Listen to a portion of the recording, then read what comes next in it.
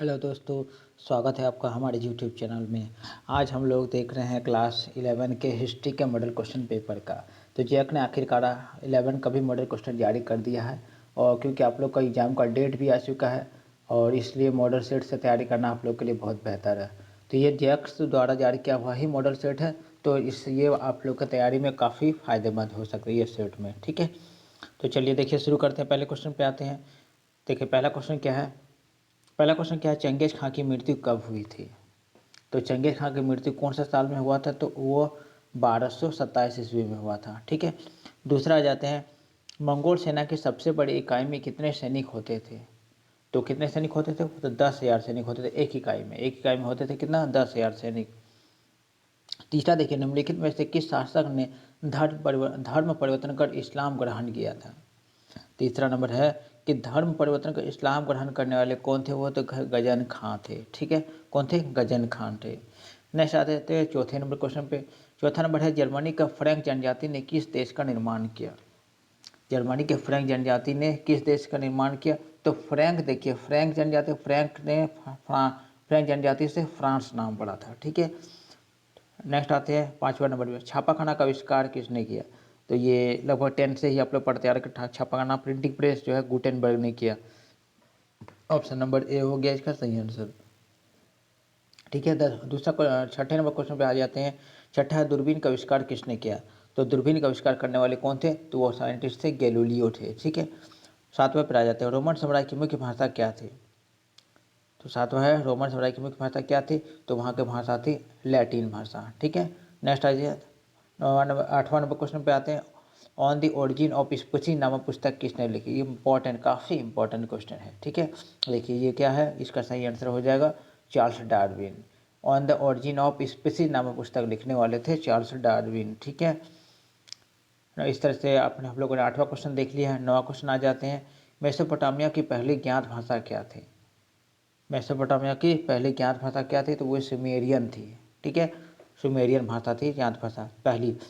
10वें पाया जाता है, निम्नलिखित में से प्राचीनतम सभ्यता कौन सी है। तो ये काफ़ी इंपॉर्टेंट है, प्राचीनतम सभ्यता मेसोपोटामिया, काफ़ी फेमस क्वेश्चन है ये। नेक्स्ट आ जाते हैं, ये क्या है, प्राचीनतम सभ्यता हो गया। 11 पे आ जाते हैं। 11वां क्वेश्चन है, ऊर नगर कहाँ था।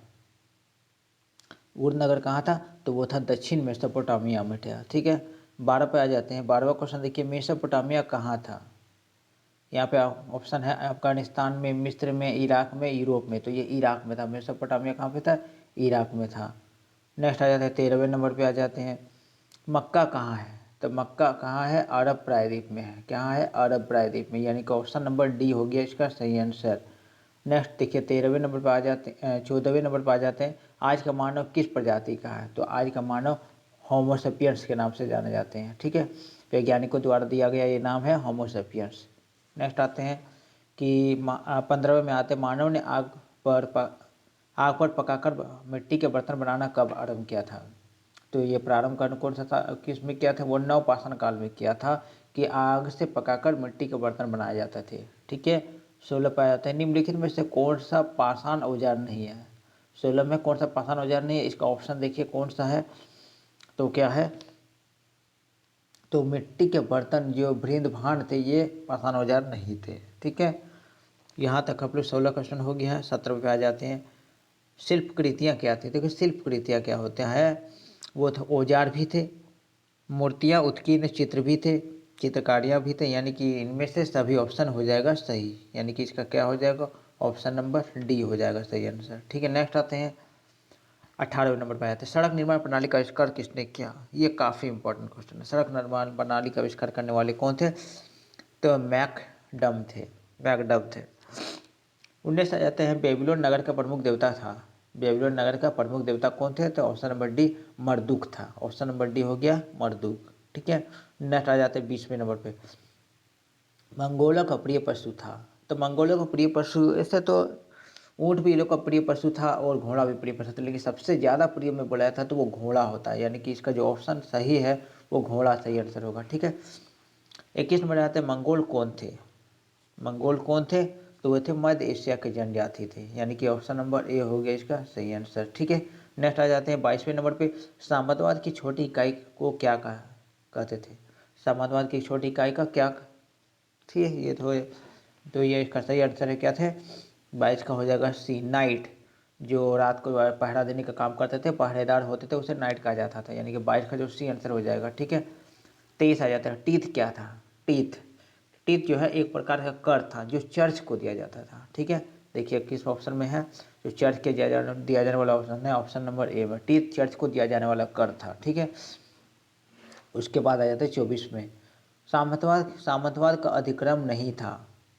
तो सामंत का अधिक्रम नहीं था क्या, तो यह राजा तो था ही, नाइट भी था, किसान भी था, यानी कि ड्यूक नहीं था, यानी कि जो सही आंसर होगा ये हो जाएगा ऑप्शन नंबर बी सही आंसर होगा। ठीक है, नेक्स्ट आ जाते हैं 25 में, ईसाई धर्म का प्रथम पोप किसे माना जाता था। ईसाई धर्म का प्रथम पोप जो थे वो ग्रिगोरी थे। ठीक है, नेक्स्ट आते हैं 26वें में, पुनर्जागरण किस देश में प्रारंभ हुआ था। पुनर्जागरण, पुनर्जागरण का क्या अर्थ होता है, तो पुनर्जन्म होता है। देखिए कभी अगर पूछ सकता है कि पुनर्जागरण का क्या अर्थ होता है, तो पुनर्जन्म। ठीक है, पुनर्जन्म होता है। तो ये कहाँ पे आरंभ हुआ था, तो ये आरंभ हुआ था इटली में, यानी कि ऑप्शन नंबर बी हो जाएगा इसका सही आंसर।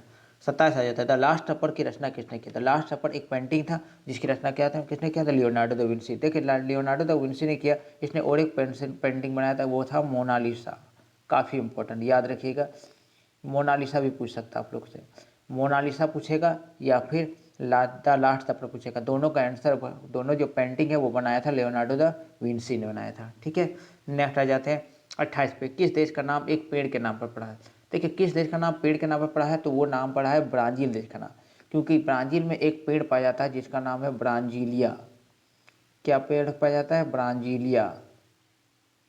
ये ब्रांजीलिया पेड़ के नाम से ही इसका देश का नाम ब्राज़ील पड़ा है। ठीक है, नेक्स्ट आ जाते हैं 29 नंबर में, समुद्र मार्ग द्वारा समस्त विश्व का चक्कर किसने लगाया। तो ये कौन लगाया था, तो मैगलन ने लगाया था, यानी कि ऑप्शन नंबर डी हो जाएगा सही आंसर। 30वें पाते भारत की खोज किसने की। तो भारत की खोज करने वाले कौन थे, तो देखिए कौन सा ऑप्शन में है, ये थे वास्को डी गामा। भारत की खोज करने वाले थे वास्को डी गामा। अगर पूछेगा कि अमेरिका की खोज किसने किया, तो अमेरिका की खोज करने वाले कौन थे, वो कोलंबस थे। अमेरिका का पूछेगा तो कोलंबस मारेगा, और भारत की खोज बोलेगा तो वास्को डी गामा। ठीक है, नेक्स्ट आते हैं 31 नंबर में, 31 आ जाता है, डिवाइन कॉमेडी किसने लिखा। तो डिवाइन कॉमेडी जो है वो लिखने वाले थे कौन थे, दांते थे। ठीक है, नेक्स्ट आ जाता है 32 नंबर में, धर्म सुधार आंदोलन के जन्मदाता कौन थे। धर्म सुधार आंदोलन के जन्मदाता में मार्टिन लूथर को गणा जाता है, मार्टिन लूथर किंग इसका पूरा नाम है। ठीक है, 33 पे आ जाते हैं, औद्योगिक क्रांति किस देश में प्रारंभ हुई। देखिए औद्योगिक क्रांति प्रारंभ करने वाले देश कौन थे, इंग्लैंड थे। प्रथम औद्योगिक क्रांति, द्वितीय औद्योगिक क्रांति, ये औद्योगिक क्रांति अगर प्रथम, पहला और दूसरा दोनों इंग्लैंड में ही हुआ था। ठीक है, 34 पाया जाता है, सर्वप्रथम भाप के इंजन का आविष्कार का श्रेय किसे जाता है। तो किस ये जाता है जेम्स वाट को, यानी कि ऑप्शन नंबर ए हो गया इसका सही आंसर। ठीक है, 35 पे देखते हैं, सर्वप्रथम राष्ट्रीय बैंक की स्थापना कहाँ हुई।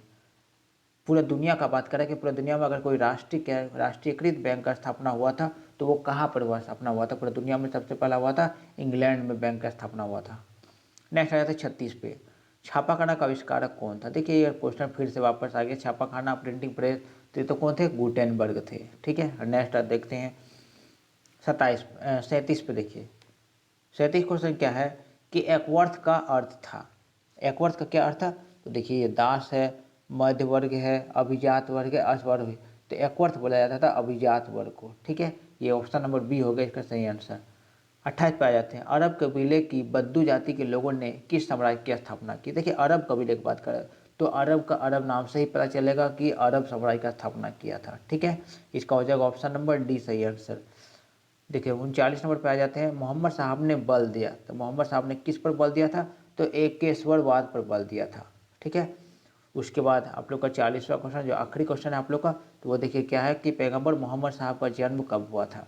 तो पैगंबर मोहम्मद साहब का जन्म 570 ईस्वी में हुआ था। कहाँ पे हुआ था, तो मक्का में हुआ था। ठीक है, ये याद रखिएगा, मक्का में 570 ईस्वी में पैगंबर मोहम्मद साहब का जन्म हुआ था। तो ये आप लोग का ये मैंने हिस्ट्री का 40 सवाल मैंने करवा दिया, और फिर आप लोग को मैं आगे पॉलिटिकल साइंस बाकी जो बाकी सब्जेक्ट बचते हैं उस सब का भी मॉडल सेट लेकर आऊँगा। मिलते हैं अब नेक्स्ट वीडियो में।